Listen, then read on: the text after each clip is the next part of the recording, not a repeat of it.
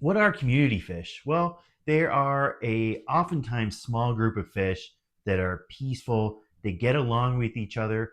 You can stick different types in your fish tank without having to worry about them bullying or eating each other, unlike the aggressive counterparts. In today's video, I'm going to go over my 7.5 favorite community fish. The last half one is actually not a fish, but I put it in there because it gets along with all of the other community fish. Kicking it off with zebra danios. Zebra danios are a longtime classic of the aquarium trade. Back when I was a kid, people did in-tank cycling, meaning that in order to start the nitrogen cycle, you would throw a fish in your fish tank and they would start producing waste and getting that bio load going. The reason that zebra danios were so great for this is because they're such a hardy fish. They can tolerate a really wide range of water parameters, from temperature to high levels of pollutants, which you don't want to keep in there. But for newbies, they're great because they're a little bit more forgiving. Some fun things about the zebra danio are that they are such active fish. They are always going to be out and about, swimming around in the top to middle portions of the tank, looking for food, swimming in schools, zigzagging, darting all around the tank. And the one thing that you really want to know about zebra danios is they can be fin nippers. So some species of schooling fish, particularly the zebra danio, need to be kept in groups of 10, 12, even more if you have space. And the reason being for that is because they feel stressed out when they're alone, and that's when they really start to nip on other species. So when you keep them in a group of 10 to 12, then they'll stick to each other in a really tight knit group. They'll nip fins a little bit amongst each other, but it's nothing that they can't tolerate. Coming in at number 2 are cardinal and neon tetras. I had cardinals and neons as a kid. They are such gorgeous fish. The only difference between the cardinals and the neons is that cardinals get a little bit bigger and they have that full red stripe underneath, whereas the neon tetra, the red stripe only goes halfway through their body. Neons and cardinals are really hardy fish. They are essentially little minnows with bright colors because where they live in the wild, the Amazon, the water is really murky, and these bright blue colors, the metallic shimmers, is how they locate each other and stay in schools. So the schools are kind of a safety mechanism in the wild. A lot of larger fish want to eat these little minnows. So staying in groups is a way that they can kind of scatter around and disorient their predators. It keeps them a little bit safer, safety in numbers. So these guys are fairly hardy fish, not the hardiest community fish, not as hardy as the zebra danio, for example, but they are still pretty forgiving. They can tolerate a wide range of water conditions, and they'll do just fine in anything from a 10-gallon and up. But you do want to keep them in 10 to 12 again, and not because they'll nip fins, but just because they'll get stressed out if you don't keep them in large groups, and that's when they get susceptible to becoming sick. Decking your tank out in tons of plants is a great idea for the neons and the cardinals. It's good to provide them with the kind of natural hiding spots that they have in nature, like plants and wood, overhangs, stuff like that. You can mix neons and cardinals together and they will stay together in a school, which is pretty fun because not too many other species will group up like that. Cory catfish are one of my absolute favorite community fish. There are so many different types of them. Unlike a lot of other catfish that have that kind of flat body with a really large head, Corys have a different body shape. They have, kind of this up and then down towards the back. They have cute little whiskers, or barbels as they're called. There's so many different species with different colors and patterns and stuff, but they pretty much always take on the same shape. Now, there are some species that get fairly large, but most of them do just fine in a 20-gallon. Again, this is another schooling fish, so you'll want to get at least 6 of them, and you'll want to get the same species. in my big tank, I have some Venezuelan high fins as well as concolor Corys. And even though they look fairly similar and they have the same demeanor, they don't school together. So Corys are a great fish, not just because they're fun to watch, but they can help to keep the bottom of the tank clean. So that doesn't mean that they're going to go around and eat all the turds off the bottom of the tank so you don't have to ever clean it. But what they do is they get their bristles in there and they move around and they kick stuff up. So instead of gunk settling on the bottom, it ends up getting disturbed and kicked up into the water column and flowing into your filter so that your filter can suck it up. So one thing that's important to note with Corys is that sand is a really important part of their life cycle. It's not that I haven't seen tanks with healthy Corys without sand, but in the wild, they're always associated with sand and they like to pick sand up through their mouth and then spit it out their gills. They're basically filtering the sand for little microscopic food. And it's really fun to watch them do this. If you do mix them with sand, it's a good idea to use some really soft sand. Endler guppies are such a cool little fish with tons of different varieties and all sorts of colors. I do distinguish Endlers from fantail guppies because I feel like recently fantails have started to become a little inbred. I know that a lot of my clients who have purchased fantails have had a hard time keeping them alive.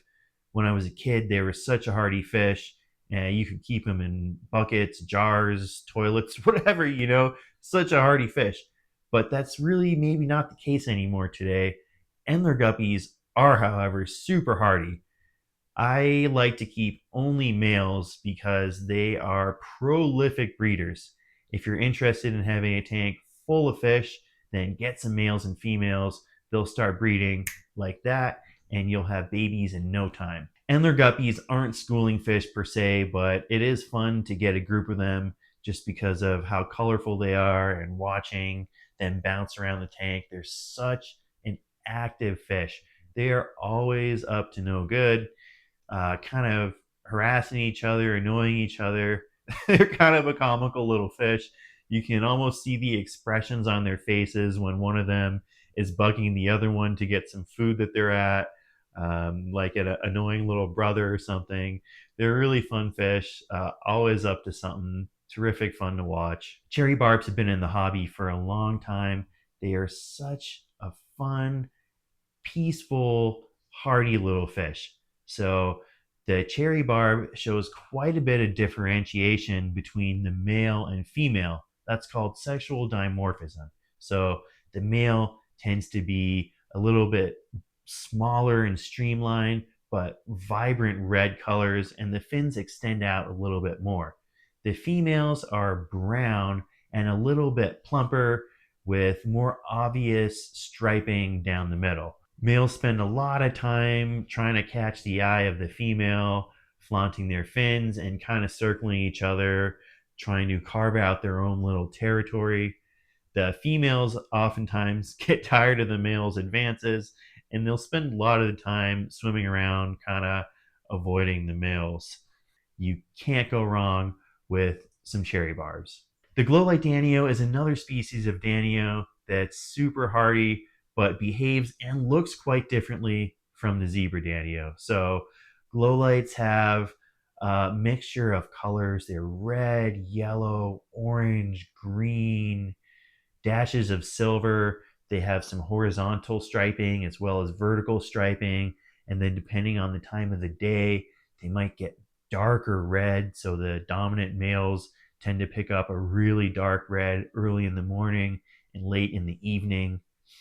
One thing that I really love about the Glowlight danios is that they stick together. They are one of the tightest schooling fish that I've ever kept.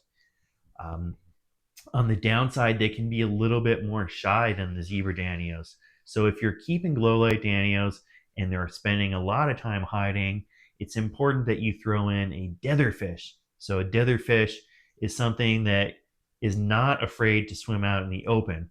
And this tells the other shy fish that, hey, it's safe to come out. You're not going to get eaten. Really fun fish to watch. Tons of vibrant colors.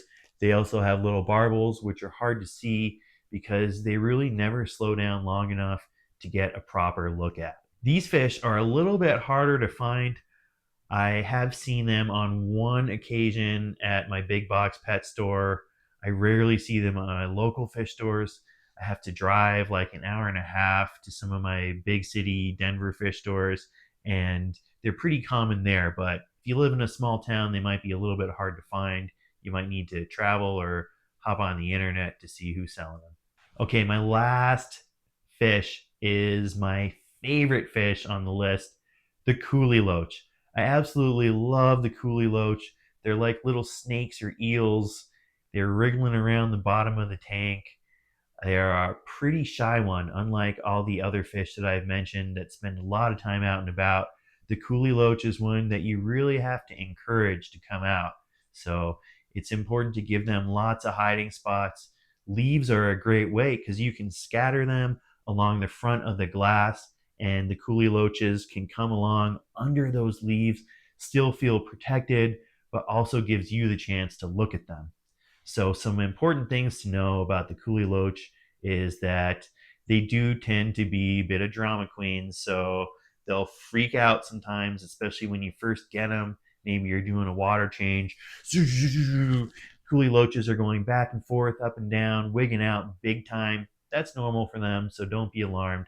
As time goes on, they'll get accustomed to their tank. Something else to know about Kuhli loaches is that they are just about the most peaceful fish out there, and they're also very timid. So being a nocturnal species, it's important that if you don't see them coming out to eat during the day, you drop some pellets in for them at night. And even though they're bottom feeders, that doesn't mean that they're herbivores. They do need some protein in their diet, so get some omnivore pellets and make sure that they're eating them. If you don't see them coming out to eat them, drop them in when lights are off, and I'm sure they'll come out because everyone needs to eat. So this last half fish that I mentioned is actually not a fish at all. Cherry shrimp. Cherry shrimp are such fun little critters. They even made it to the logo for my business. I absolutely love them. They are busy, busy, busy little critters. They help to keep your tank clean. They'll go around, they'll eat biofilm, little bits of algae, decaying food, and sometimes even turds. No fish will eat turds, but I've seen cherry shrimp eat turds. So they really do help keep the tank clean, and they're fun to watch. They'll breed like crazy. One thing that you need to make sure you do for cherry shrimp if you want them to breed and expand into a healthy colony is make sure there are some minerals in your water. So if you live somewhere with really, really soft tap water, like me, there's no minerals. It's important that you add something to your water, like calcium and magnesium. You can do that simply by adding limestone into your tank, and it will just kind of slowly dispense those minerals. And the reason that they need it is because it helps them build their exoskeleton. Shrimp, like insects, they have this crunchy exoskeleton on the outside. They don't have bones on the inside. And in order to grow, they need to shed these exoskeletons and build new ones. You don't have to do much to encourage them breeding. And you can go from having 10 cherry shrimp to having hundreds of cherry shrimp in just a matter of a few months. They do breed like crazy. To make things even cooler is you can get tons of different colors of cherry shrimp. So they're called cherry shrimp, but that species could actually be blue, red, green, orange, yellow. There's tons of different names for the different varieties. Something to really be cautious of is even though they'll get along with every species that I've listed in this video community wise, there are a lot of community fish that get a little bit larger, like yellow barbs or angelfish that would definitely eat your cherry shrimp. Make sure you keep them with fish that they don't fit in their mouth. That's the general rule of thumb. They fit in the mouth, they're gonna get eaten. Hey, thanks for watching today.